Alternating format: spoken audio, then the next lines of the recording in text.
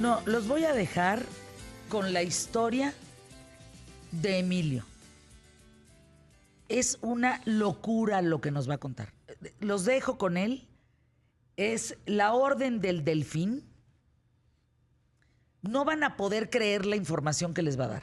Es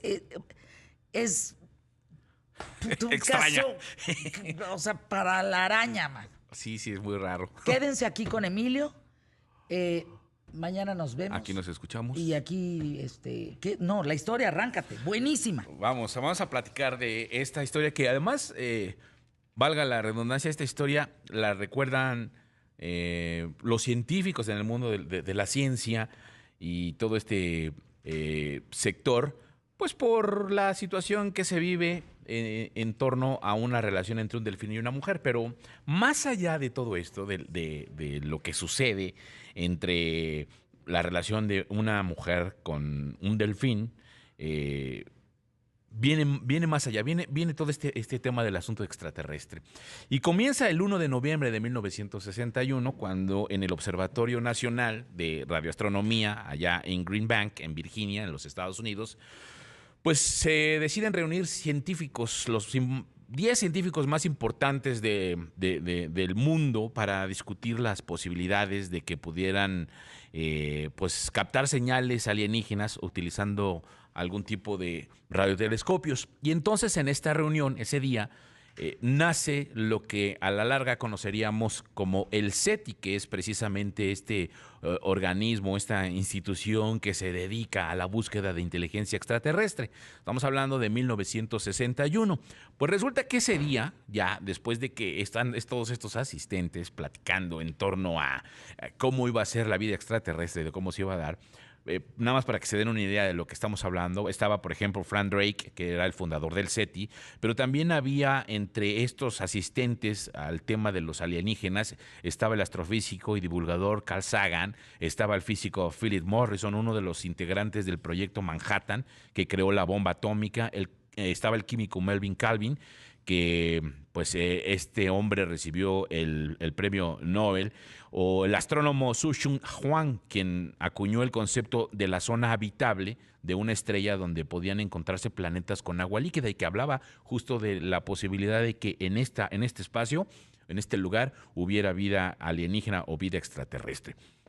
Entonces, en esta plática que tienen estos 10 científicos, como una especie de broma entre ellos, pues le dan el nombre de la Orden del Delfín, que después de la conferencia ya sería como una rúbrica entre todos los asistentes, firman y se reconocen justamente como estos caballeros de la Orden del Delfín, en donde se platica o se dice que el motivo de esta elección, de este apelativo, se refería a otro de los integrantes del equipo, un hombre llamado John Cunningham Lilly, un neurocientífico, un neuropsiquiatra, que además este hombre, conocido como el Einstein Junior, no solamente por la capacidad de descifrar, decía él, parte de la ciencia del cerebro, sino por la inteligencia que él tenía, pero además porque este hombre también se conocía por un libro que había presentado, que se llamaba Man and Dolphin, o sea, el hombre y el delfín, y que él,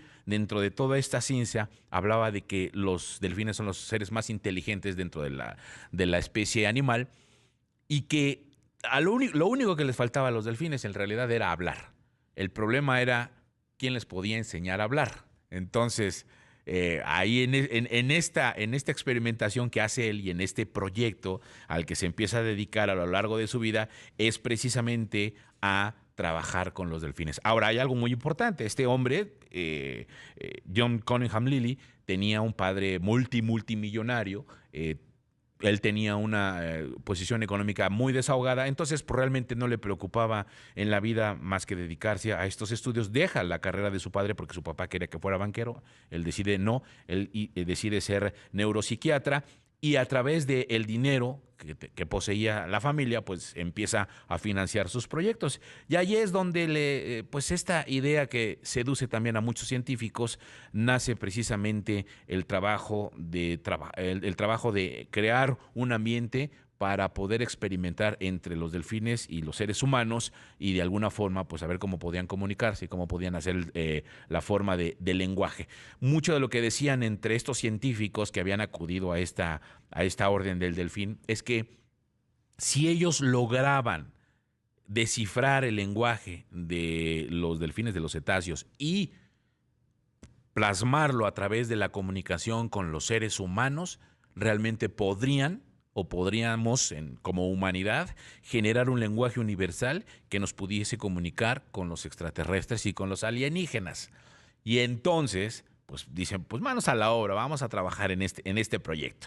Y entonces, en 1963, funda un laboratorio donde pone en práctica un experimento revolucionario, tratar de enseñar inglés a los delfines, o tratar de enseñarles a hablar. Este proyecto es de sumo interés al grado de que, bueno, consiguen primero a tres delfines, 2 hembras, un macho, Pamela, Sissy y Peter.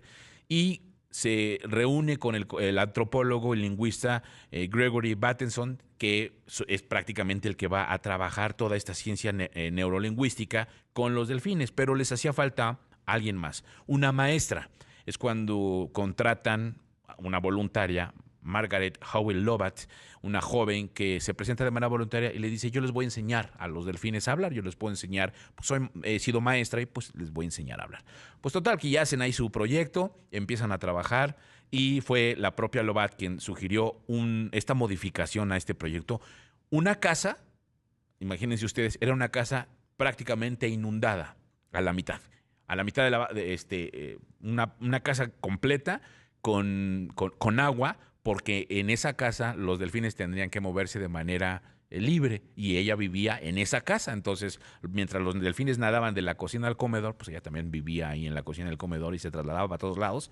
Y esa era prácticamente la intención de que tuvieran como este acercamiento. Una de las cosas curiosas que sucede es que este experimento que comenzó con esta convivencia, a medida que se fue desarrollando y a medida que se va dando el contacto entre Lovatt y Peter, el delfín, pues queda claro que el delfín pues ya andaba como más caliente, ya andaba buscando otra cosa, y entonces empieza como a acercársele un poquito más a Lovatt, la empieza a rozar, le empieza a poner, le empieza a pasar entre las piernas y se le empieza a meter mucho ahí. Y bueno, pues al final de cuentas, de manera natural, pues el macho mucho quiere. Entonces, al final dice la propia Lovatt, bueno, pues alguien se tiene que sacrificar por el bien del experimento, ¿no? Por el bien del experimento. Claro que no lo hace de manera clara, simplemente pues de forma manual ayuda al delfín a satisfacer toda esta situación sexual, pero conforme va pasando el experimento, el delfín pues va pidiendo más, y entonces ya llega un momento en que prácticamente eso se desborda. Ahora, una de las cosas importantes es que este hombre, John Cunningham, le gustaba experimentar en estos asuntos del psique y de cómo trabajar con las conductas de los seres humanos y todo. Le gustaba meter droga, entonces utilizaba el LSD. ¿Qué sucede? Que cuando empieza a trabajar con los delfines, lo que hace él es pues proporcionarles esta droga, el LSD, a ver cómo podían de alguna manera comportarse los delfines. Entonces, cuando todo esto sucede y cuando ya empieza a darse este asunto a la luz, ahí empiezan a tener ya problemas entre Bateson, entre Lily y Lovatt, diciendo que no era lo que se había acordado dentro de este experimento, y porque además estaba ya una cuestión de incitación a las drogas de los animales, en este caso los cetáceos. Entonces empiezan a tener problemas ya de comunicación, primero entre ellos y luego ya con los delfines. Y al final de cuentas, lo que sucede es que la NASA, que además la NASA y algunas otras instituciones de prestigio le habían financiado el proyecto a este hombre, a John Cunningham Lilly, le dicen, ¿sabes qué? Nosotros ya prácticamente nos retiramos, creo que esto está tomando otros niveles, nosotros no estábamos de acuerdo con ello, y peor aún, resulta que la información en torno a la situación del delfín y la maestra termina siendo filtrada a una revista pornográfica. a una revista porno. Entonces la revista porno aprovecha el episodio, que es precisamente, para bien o para mal, lo que recuerda la historia. O sea, la historia recuerda este experimento por esa situación y no por todo lo que hay atrás de ella, ¿no? De todo cómo fue este proceso. El tema es que al final, como este experimento truena, lo que deciden es, como la NASA y como estas instituciones habían proporcionado a los delfines, le dicen, ¿sabes qué? Pues te vamos a retirar a los delfines, ya no tiene caso que los tengas allí, que los andes drogando, que te avientes estos rollos psicodélicos, y entonces se llevan a los delfines de Virginia a un acuario en Miami. Por supuesto que en este caso hace su vida, se va, dice, ay, qué tristeza, bueno, ni modo, se acabó el experimento y se va. Pero el que realmente sufre toda esta situación es Pete, el delfín, y Pete lo que hace es que, aunque ustedes no lo crean, se suicida. La conducta animal de los delfines en este caso es que ellos tienen en el receptáculo la capacidad de dejar de respirar, porque lo que nosotros hacemos de una forma natural, de respirar ya de manera inconsciente, ellos lo hacen de manera muy consciente. Tienen que estar en el entendido de que pueden y abrir y cerrar el receptáculo y respirar o no respirar.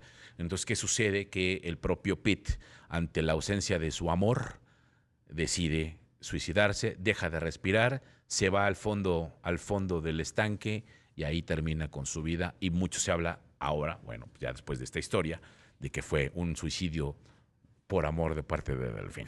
Ya en los años 70, bueno, pues ya después de la psicodelia y una estrambótica teoría sobre jerarquías entre entes cósmicos y que iban a llegar a gobernar el mundo y todo esto, Lilly sigue con sus experimentos, nadie lo toma en serio, terminan diciendo que solamente se tenía una pseudociencia de su parte, falleció en el año 2001 de un ataque cardíaco y por ahí dicen que se lo llevaron los extraterrestres.